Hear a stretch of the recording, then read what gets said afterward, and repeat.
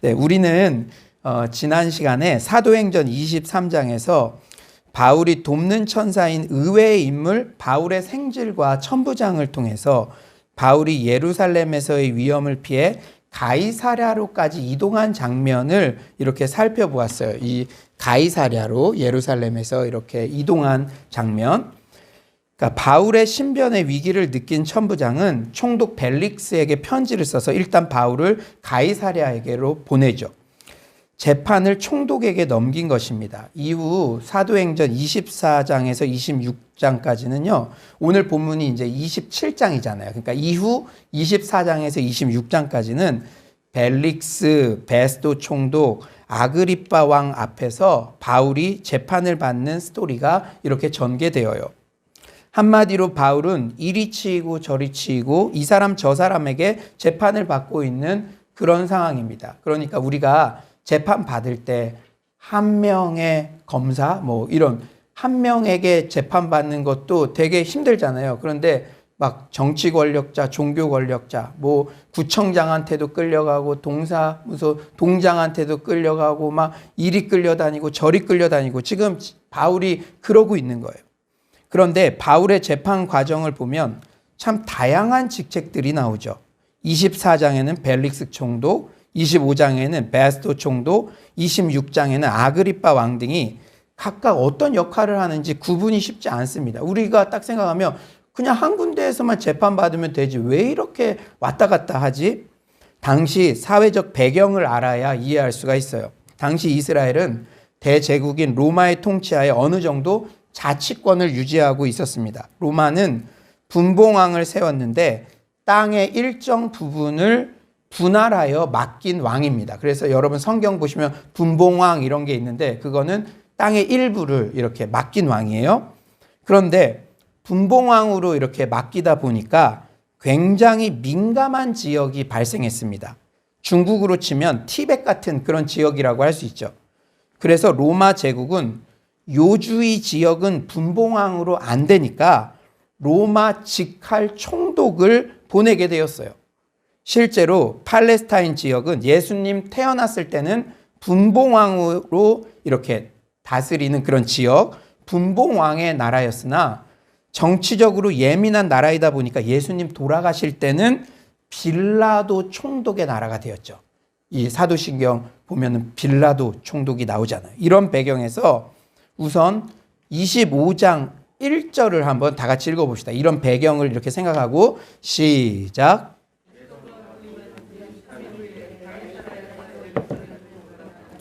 예, 지금 바울이 처음 가이사랴 감옥에 구류되었을 때 총독은 벨릭스였어요. 그런데 2년이 지나서 총독이 지금 베스도로 바뀌었습니다. 여러분, 대통령이 바뀌거나 이러면은 행사들이 많죠. 이 새 총독이 부임하자 공식 행사들이 줄을 잇습니다. 그래서 분봉왕 아그리빠 왕이 베스도 총독 부임 인사차 공식 일정에 참석하려고 가이사랴에 내려옵니다. 아그리빠 왕은 몇 개의 작은 영토, 주로 이방인이 사는 영토를 다스렸어요.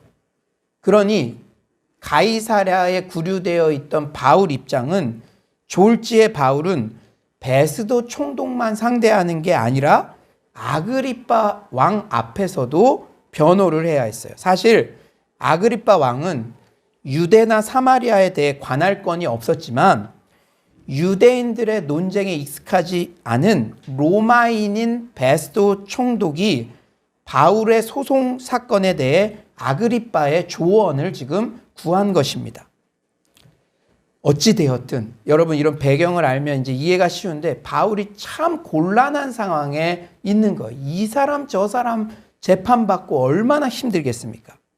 그런데 벨릭스, 베스도 총독, 아그리빠 왕 앞에서의 변론 후 최종 결론은 이렇게 납니다. 우리 사도행전 26장 32절도 한번 큰 목소리로 한번 읽어볼까요? 시작.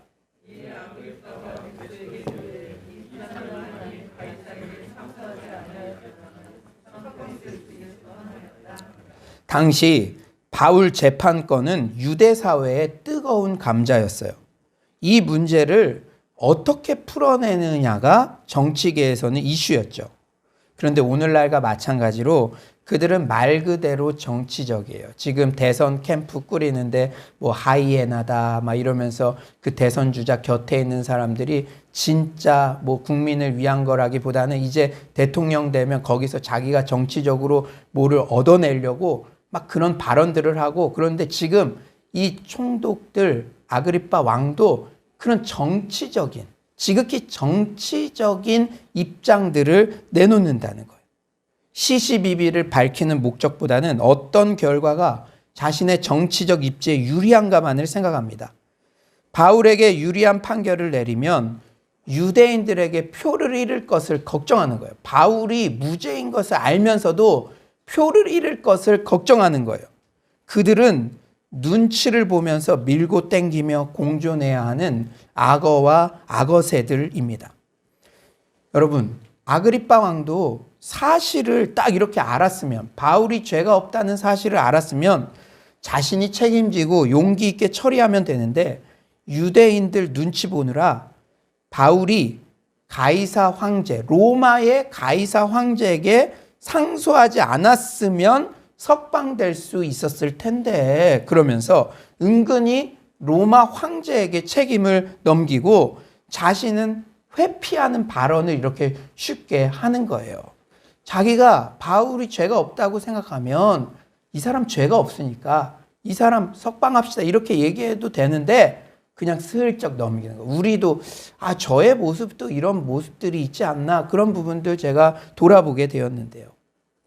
아주 정치적이죠.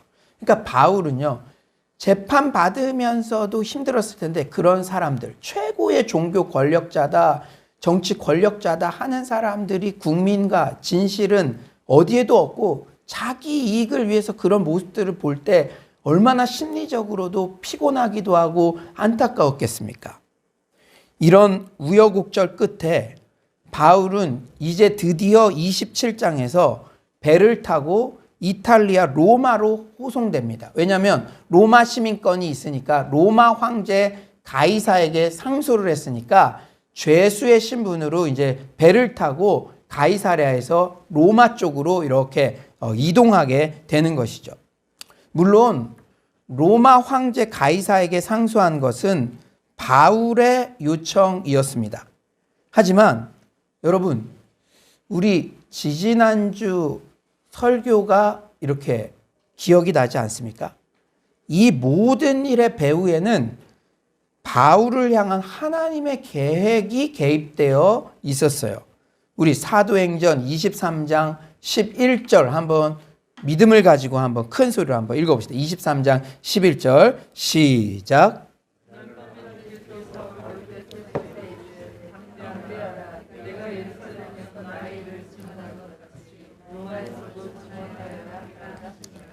바울은요, 지금 수많은 종교 기득권자들 및 정치 권력자들 앞에서 이리 치이고 저리 치이고 했지만, 그리고 죄수의 신분이기는 하지만 결국 하나님의 비전인 로마행을 앞두고 있습니다.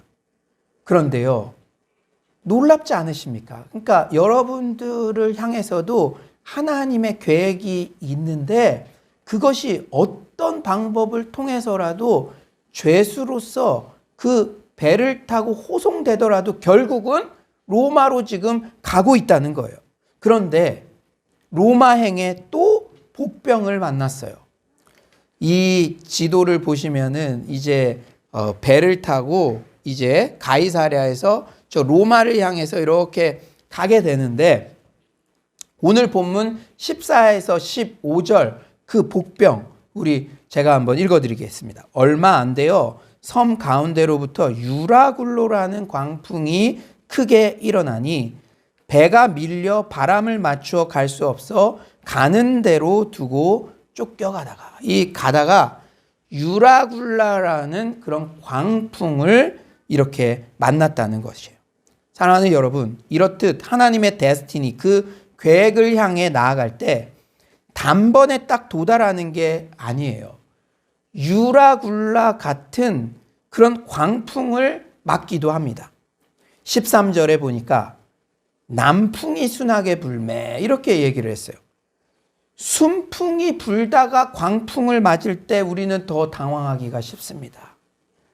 하나님의 사명을 받았다고 해서 로마행이 목전에 있다고 해서 그냥 단번에 이루어질 것이라 생각하는 것은 크나큰 오산이죠. 그런데 여러분들도 이런 광풍 같은 위기의 때 있었잖아요. 사람들이 인생의 광풍을 맞을 때 주로 어떻게 반응합니까? 처음부터 포기합니까? 대부분의 사람들 처음부터 포기하는 사람도 없어요. 저는 요새 기도가 막 저절로 나오는 게 이 코로나 2년을 겪으면서 저희 같은 규모의 교회들이 뭐 10,000개가 없어졌다 이런 얘기들 하잖아요. 근데 어떤 목사님도 처음부터 포기한 적 없어요. 우선 우리 사람들이 이런 광풍을 맞으면 해보는 데까지는 해봅니다. 오늘 본문에도요. 16절에 간신히 거루를 잡아, 18절에 심히 애쓰다가, 19절에 내버리니라. 사공들은 짐의 일부를 바다로 내던졌고 승객들은 무언가를 하려는 열심에서 눈에 띄는 것 중 무엇이든 옮길 수 있는 것은 바다로 내던졌어요. 인생의 위기, 그 광풍을 맞으면 사람들은 우선 이게 소용이 있는지 없는지도 모른 채 인력을 동원하든 자금을 동원하든 그전 무언가를 그래도 해봅니다. 그런데 여러분 어땠어요? 광풍같이 통제불능한 위기라고 생각할 때. 하지만 이내 통제불능의 광풍 앞에서 자신들의 한계를 철저히 인정하게 되죠. 사실 오늘 본문의 표현들은 인간들이 광풍 앞에서 애를 쓰지만 out of control, 능력 밖이라는 사실을 여러 번 반복해서 암시해 주고 있어요. 15절에 볼까요? 배가 밀려 쫓겨가다가, 그러니까 사람들이요 적극적으로 능동형의 인생을 살아가는 것 같지만 광풍 같은 걸 만나면요 수동형, 밀리는 거예요. 밀리는 거, 쫓겨가는 거예요. 그 안에서 자기들은 뭘 아둥바둥 하고 있지만 큰 흐름은 지금 쫓겨가고 있는 거예요. 17절에 그냥 쫓겨가다가.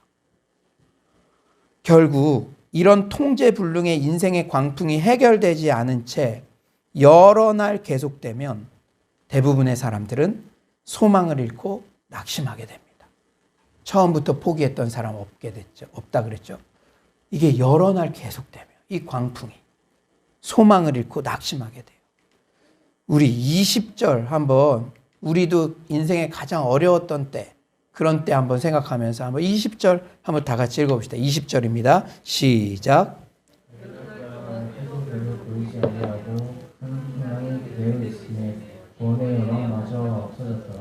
표현이 너무 마음이 아프지 않나요? 정작 보고 싶은 해와 별은 보이지 않고 보고 싶지 않은 큰 풍랑은 그대로 있습니다. 여러분, 광풍 없는 인생 없죠. 지금 위기 없는 인생 없죠. 저에게도 정작 보고 싶은 것은 양가 부모님의 건강 회복, 뭐 여러 가지 사역의 확장, 뭐 이런 것들. 그러나 보고 싶지 않은 것이 계속될 때, 그 시간들이 오래될 때, 그때 일반적으로 사람들은 낙심하게 되어 있다는 것이죠. 미션홈, 재오픈, 예배 정상화, 가정경제 회복 등은 보이지 않고 보고 싶지 않은 코로나 확진자 증폭은 그대로 있어요.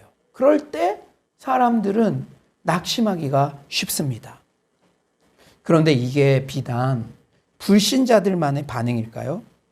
크리스천인 우리도 분명히 하나님의 사명을 받았는데 예상치 못한 위기, 광풍을 맞으면 낙심하고 두려워할 수 있어요. 그런데 오늘 본문 여러분 주목해서 봅시다. 하지만 그때도 우리를 다시 일으켜 세우는 것은 하나님의 사명, 즉 데스티니예요. 여러분, 지금 우리 공동체에 하나님의 사명이 중요하다. 우리 장로님, 권사님, 우리 집사님, 우리 청년들, 대학생들, 여러분들이 젊을 때 하나님과 교회 앞에서 기도하고 꿈꿨던 거, 이런 것들, 그걸 하나님이 기억하고 계시다는 거예요. 여러분, 우리 공동체에 계속적으로 반복해서 지금 이 광풍 같은 코로나 시기를 극복할 수 있는 비결은 나를 향한 하나님의 데스티니, 그 하나님의 계획, 그게 지금 상황은 광풍 같고 보고 싶은 거는 보이지 않고 보기 싫은 것만 여전히 보여지는 것 같아도 그것에 집중하라고 지금 계속 말씀하고 계신 줄 믿습니다. 우리 바울의 말을 한번 들어볼까요? 23에서 24절이죠. 내가 속한 바 곧 내가 섬기는 하나님의 사자가 어젯밤에 내 곁에 서서 말하되 바울아 두려워하지 말라. 너가 가이사 앞에 서야 하겠고 또 하나님께서 너와 함께 항해하는 자를 다 너에게 주셨다 하였으니. 하나님의 사자가 바울에게 두려워하지 말라고 하는 것을 보면 물론 바울도 광풍 앞에 처음에는 두려워했던 것 같아요. 그러니까 바울아 두려워하지 말아라. 하지만 그가 두려움을 극복할 수 있었던 비결 또한 하나님의 사명, 즉 데스티니입니다. 나를 향한 하나님의 계획, 데스티니가 이렇게 중요한 거예요. 여러분, 여러분을 향한 하나님의 계획이 다 있어요. 우리 교회를 향해서 이 지역사회에서 하고 싶어 하시는 하나님의 계획이 다 있습니다. 지금 내가 아무리 엉망진창 같고 보고 싶은 거는 안 보이고 보이지 않는 것만, 그 광풍만 계속 진행되는 것 같아서 식음도 전폐하고 구원의 여망마저 없는 것 같지만 하나님의 우리를 향한 계획은 여전히 현재 진행형인 줄 믿습니다. 제가 코로나 2년을 극복하고 걸어올 수 있는 건 이것 때문이었어요. 이것 때문. 24절에 너가 가이사 앞에 서야 하겠고, 가이사는 지금 어디에 있습니까? 로마에 있죠. 그러니 그날 밤에 다가오셔서 너가 로마에서도 증언하여야 하리라. 그 동일한 사명을 이 위기 상황 때마다 주님께서 곁에 오셔서 말씀해 주고 계시다는 것입니다. 너는 어떤 우여곡절 끝에도 결국에는 땅끝 선교 사명을 위해 로마에 가게 된다. 로마 가이사 황제 앞에 서게 될 것이다. 예루살렘에서 화난 군중들에게 찢겨질 위험에 처했던 그날 밤 주셨던 위로의 말씀, 그 사명의 말씀을 다시 들려주십니다. 사도행전 23장 11절이죠.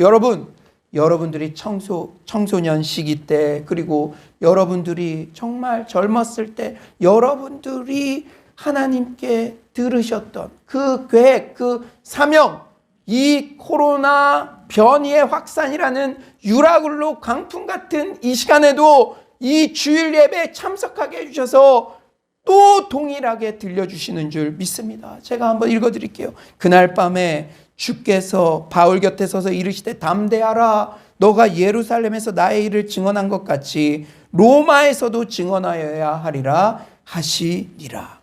그런데 여러분, 이미 여러분 캐치하셨을 거예요.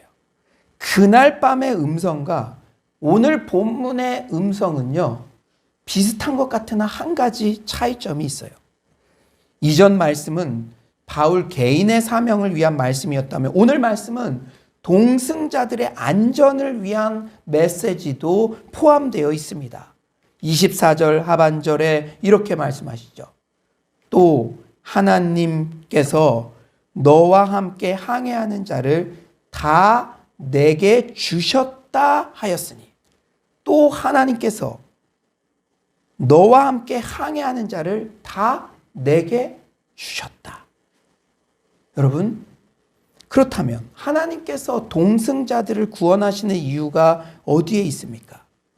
그것은 바로 하나님의 사명을 향해 나아가는 바울을 보호하기 위함입니다. 이전의 사명은 바울 개인의 사명에 맞춰져 있다면 오늘 이 유라굴라 광풍 앞에서는 바울아, 너 때문에 너와 함께 있는 이 배를 탄 저 동승자들도 안전할 거예요. 여러분 주목하십시오. 지금요, 제가요 계속 금요철회 때도 말씀하시죠. 이번에는 좀 느낌이 달라요. 오랫동안 기다렸다가 회복되는 줄 알았는데, 오늘도 제가 몇몇 청년들한테 사는 얘기들을 했는데 뭐 좀 사업 좀 해보려고 그러고 열심히 프로젝트 해보려고 그랬는데 12월에 다 취소돼서.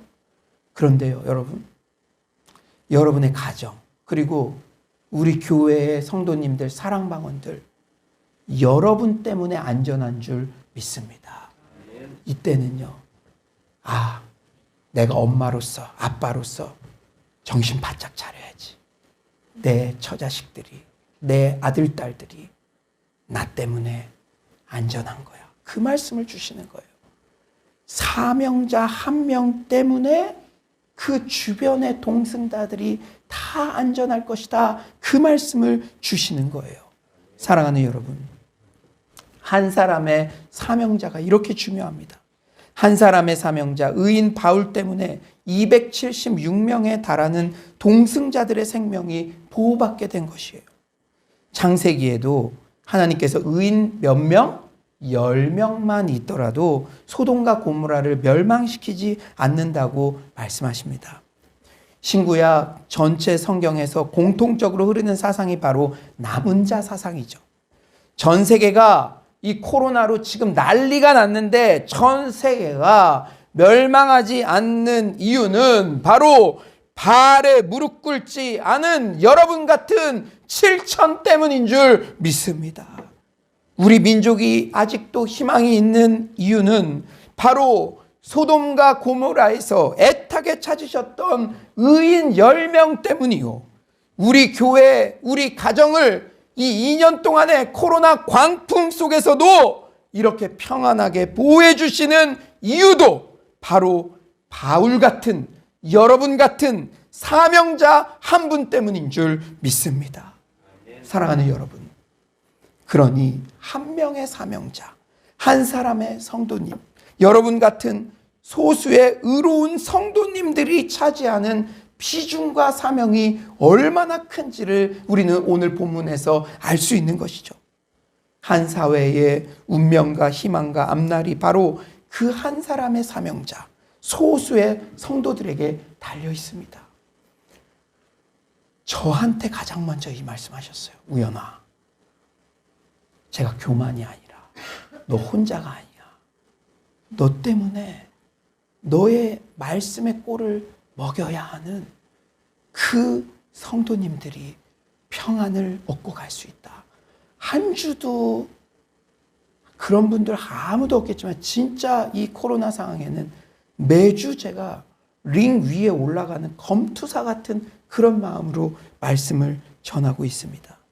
사랑하는 여러분, 하나님의 말씀과 뜻에 온전히 순종하여 하나님의 뜻을 이루고자 하는 성도님들 때문에 하나님이 그들이 속한 서울로 공동체를 보존하시고 살리시는 것입니다.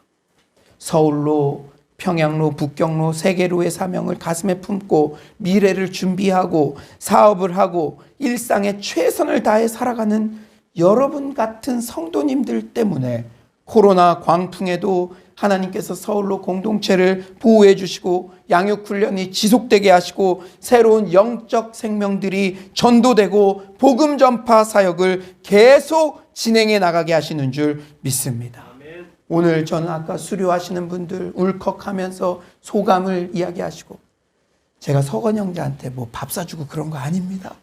아까 옆에서 우리 서건 형제 되게 점잖은데 기회가 되면은 한번 꼭 이런 일들이 13주 동안이었어요. 13주 동안에 크고 작은 일들 너무 많았지만 하나님께서 또 양육받게 하시고, 또 다음 주에는 우리 새가족 수료식도 있는데 새가족들도 오게 하시고 사명을 향해서 이렇게 가게 하시는 것, 그것은 우리 교회를 향한 사명이 있기 때문이요, 여러분같이 소수의 이 신실한 일꾼들이 있기 때문에 하나님께서 계속 생명의 역사를 유라굴라 강풍 같은 이 시기 속에도 우리에게 이루어 주시는 줄 믿습니다.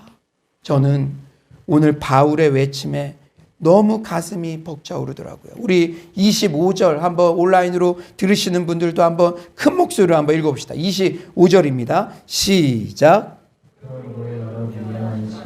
나는 내게 말씀하여 원하신 그대로 드리라고 하나님을 믿노라. 우리는 코로나 광풍의 여러 난파선들을 목격하게 되죠. 금요일 새벽 기도 시간에 제가 오늘 본문을 묵상하며 기도하는데 마치 글로 이렇게 딱 써주시는 것 같더라고요. 주님이 주신 그런 영감이 있었어요. 저한테 세 가지 단어가 딱 떠오르더라고요. 가정 난파선, 지역사회 난파선, 민족 난파선이라는 그런 단어. 민족은 특히 다음 세대 청년 난파선, 지역사회 난파선은 지역교회 난파선도 연관되더라고요. 그리고 주님이 주신 영감으로 각각의 대안 사명들을 적어내려갔습니다. 가정 난파선, 가정예배 부흥, 지역사회 난파선, 자비사역, 러브키트, 민족 난파선, 다음 세대 청년 부흥, 미션홈. 여러분, 우리 미러클 3데이즈 이런 것들도 그냥 진행되는 건 하나도 없습니다. 요새 어디 관공서에서 교회와 그런 역할, 그런 사역을 하려고 하겠습니까? 그런데 하나님께서 우리가 착한 마음만 먹어도 우리도 어렵지만 더 어려운 이웃들에게 사랑을 전하자 착한 마음만 먹더라도 우리 지역사회의 취약계층 그리고 이 시기에 새롭게 개척한 그 교회 그리고 북한의 어린이들까지 생각할 수 있는 그 사역 우리 연말에 가장 따뜻한 마음을 전할 수 있는 그 길들을 열어주시는 줄 믿습니다. 코로나 광풍에 불안해하는 가족들에게도 담대히 외칠 수 있는 사람들은 바로 여러분이에요. 여러분, 이곳에 나와 있는 여러분이 여러분의 자녀와 부모님과 배우자에게 이 시기에 담대하게 외칠 수 있는 그런 사람입니다. 사랑하는 여러분, 우리 자녀들에게 우리 아버지들, 어머니들 이렇게 외쳐줬으면 좋겠어요. 얘들아, 안심해. 아빠는 아빠에게 말씀해 주신 하나님의 사명이 그대로 되리라고 믿어. 여러분, 오히려 코로나 광풍의 가정예배 회복의 기회로 삼아 봅시다. 왜냐? 저도요, 아이들도 지금 마음이요, 불안해요. 아이들도 편하지가 않아요.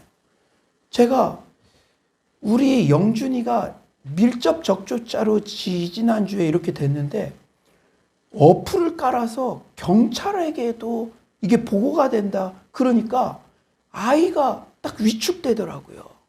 아이들도 지금 그래요. 아이들도. 이게 학교에 가는 것도 아니고 안 가는 것도 아니고 이럴 때는 공부만 해. 이렇게 말할 시기가 아닌 것 같더라고요. 아이들도 딱 일주일 뒤에도 내가 학교에 갈 수 있는지 없는지 불안정하잖아요. 그럴 때 부모들까지 죽겠다, 힘들다 이러면 안 되겠죠. 얘들아, 안심해. 가정예배 드리면서 야, 아빠는 이런 꿈이 있단다. 하나님께서 우리 가정에 주신 이런 비전이 있어. 여러분, 오히려 코로나 광풍의 가정예배 회복의 기회로 삼아봐요. 제가요, 여러분들께 고백할 게 있어요. 늘 가정예배 제가 늘 염두는 했지만 잘 못하게 되는 때가 많더라고요. 그런데 3주 전부터 영준, 영민이와 하나님 신나 오이코스 모임을 가정예배로 드리고 있어요. 요새는요, 이렇게 질투심의 극복, 그래서 이렇게 남을 도와주는 거, 그런 본문으로 시리즈로 이렇게 하고 있는데, 처음에는 초대교회 성도들이 내 것이라 여기지 않고 도왔던 거, 이번에는 이제 고린도 교회를 향해서 너가 계획했던 것을 이제 성취할 때가 됐다. 그 헌물을 준비했던 거, 중단됐던 거 다시 하자. 이런 거를 우리 아들들이랑 이렇게 나누고 했습니다. 왜 그랬냐? 삼겹줄 전도학교 3기를 하면서 저부터 오이코스 모임 개척에 순종하자는 마음을 강하게 받았는데 할 수 있는 것부터 시작하자. 근데 우리 영주의 영민이한테 고마워요. 제일 제가 야 하자 그러면 할 애들이 누굽니까? 쟤네 2명이잖아요. 그래서 그런 마음으로 영준, 영민이와 시작했는데 이 하나님 신나 오이코스 모임이 가정 예배 매뉴얼로 너무나 좋고 은혜롭더라고요. 여러분들도 한번 적용해 보기 바랍니다. 가정이 회복되면 모든 것이 살아나는 줄 믿습니다. 지금같이 힘들 때 가정 안에서 격려를 받고 가정 안에서 에너지가 뭉쳐야 돼요. 어떤 성도님은 자신도 아들과 하나님 신나 오이코스 모임을 하고 싶다 해서 우리 집과 지금 동일한 본문으로 진행을 하고 있어요. 왜냐하면 그 아들이 우리 영민이랑 친구거든요. 그러니까 만났을 때 또 얘기할 거예요. 더 많은 가정에서 가정예배 하나님 신나 오이코스 무브먼트가 자발적으로 일어나길 기대합니다. 사랑하는 여러분, 하나님께서 우리에게 보여주신 거예요. 여러분, 지금 삼겹줄 훈련 받으신 분들이 각 직장에서 그리고 가족 안에서 이렇게 하나님 신나 오이코스 모임 하고 있는 그런 마음들, 그런 움직임들이 시작되는데, 지금 또 밖에 나가기 어려운 이때는 가정에서부터 우리 자녀들과 또 배우자, 여기 두 분 앉아 계신데 두 분이 하시면 되는 거예요. 그래서 가정 예배 회복을 통해서 우리들에게 모든 영역의 회복을 허락해 주실 줄 믿습니다. 또 사명이 있는 우리 교회는 코로나 광풍에 신음하고 있는 지역사회에도 선한 영향력을 흘려보내게 될 줄 믿습니다. 최근 저는요, 착한 마음만 먹어도 응답하시는 신기한 하나님을 많이 경험해요. 2주 전인가 제가 목적헌금 광고를 했는데, 지난주에 아내에게 천호삼동 주민센터에서 먼저 전화가 왔어요. 그 천호삼동 동장님과 사회복지사가 제 사무실에 직접 방문을 했고, 작년에 이어서 러브키트 사역을 할 수 있는 길이 열렸습니다. 종교 편향 그런 거 고려하지 않고 주민센터에서 적극 협조해서 크리스마스 이브 때 지역 취약계층에게 직접 전할 수 있게 협의를 마쳤습니다. 여러분들이 12월에 하시는 그 목적 헌금은 이 러브키트로 이게 만들어져서 그들에게 전달될 때 우리가 우리의 물질 가장 가치 있게 쓸 수 있는 그런 길들이 열린 것이죠. 2021년 성탄절은 어느 때보다 훈훈하고 기억에 남는 날이 될 것 같습니다. 특히 우리 사랑하는 자녀, 제가 우리 자녀들 꼭 데려올 거예요. 그들 포장하고 전달하는데 꼭 동참시킬 거예요. 특히 우리 사랑하는 자녀, 다음 세대 청년 대학생들에게 돈 주고도 살 수 없는 신앙의 추억을 선물할 수 있을 것 같아 너무나 기쁩니다. 우리 모두 지역 취약계층 주민들에게 러브키트를 나눌 때 안심하세요. 천호삼동에 서울로 교회가 있습니다. 서울로 교회 때문에 여러분들 행복하길 바랍니다. 기도하는 마음으로 전하시기 바랍니다. 그 동장님이요, 우리 천호삼동에도 교회들이, 큰 교회들이 많잖아요. 그런데 서울로 교회가 있어서 고맙다고 얘기해 주시더라고요. 또한 이 민족의 다음 세대 청년 대학생들에게도 안심하세요. 아까 우리 지훈이, 에녹이 그러한 소감들이 그냥 지어서 한 말이겠습니까? 여러분들의 사랑이 전달되었기 때문에 그런 소감을 말할 수가 있는 것이겠죠. 우리 청년 대학생들에게도 안심하세요. 여전히 사명이 있는 한국교회 그리고 서울로 교회가 여러분 곁에 있습니다. 따뜻한 마음을 전하는 우리 교회가 되기를 소망합니다. 코로나 광풍 시대의 다음 세대 청년 대학생들에 대한 사역은 많이 힘들다는 견해들이 대부분이에요. 하지만 저는 미션홈 사역 등을 진행하며 이 시대의 다음 세대 청년 대학생들은 가치가 있는 일이라면 누구보다 헌신할 준비가 되어 있고 재능도 출중한 그런 잠재력이 있는 세대라는 것을 절감하게 되었습니다. 우리 봤잖아요, 유튜브에. 보이는 교회 이 청년 주인공도요, 이미 3주차까지 섭외를 마쳤어요. 여러분, 이렇게 적극적으로 자신이 하고 싶은 게 있고 자신을 이렇게 오픈할 수 있는 거, 이거는 저는 대단한 잠재력이라고 생각합니다. 그들의 자신감, 독창성, 관심 분야 등을 보게 될 것이 너무나 제가 기대가 됩니다. 아무쪼록 미션홈도 건물을 주시든지 새로운 길을 주시든지 하나님께서 우리에게 허락하셔서 통일 세대의 주역들을 신앙과 실력으로 양육하는 그런 아둘람 공동체의 사명을 이루게 하실 것을 확신합니다. 아멘이십니까? 여러분, 이 교회에 여러분을 오게 하신 데는 하나님의 섭리가 있는 거예요.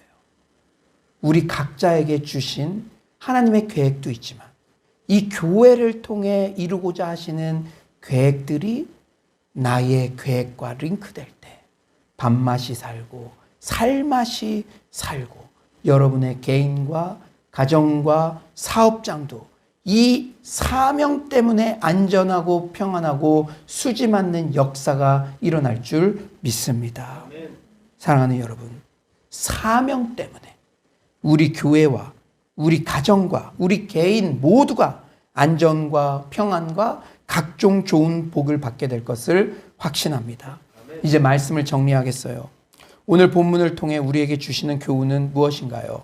우리 두 가지만 잊지 마십시다. 첫째, 하나님의 사명, 그 데스티니를 발견했어도 그 과정 가운데 유라굴라 광풍 같은 위기도 맞이할 수 있다는 사실이에요. 이 코로나 변이 맞이할 수도 있습니다.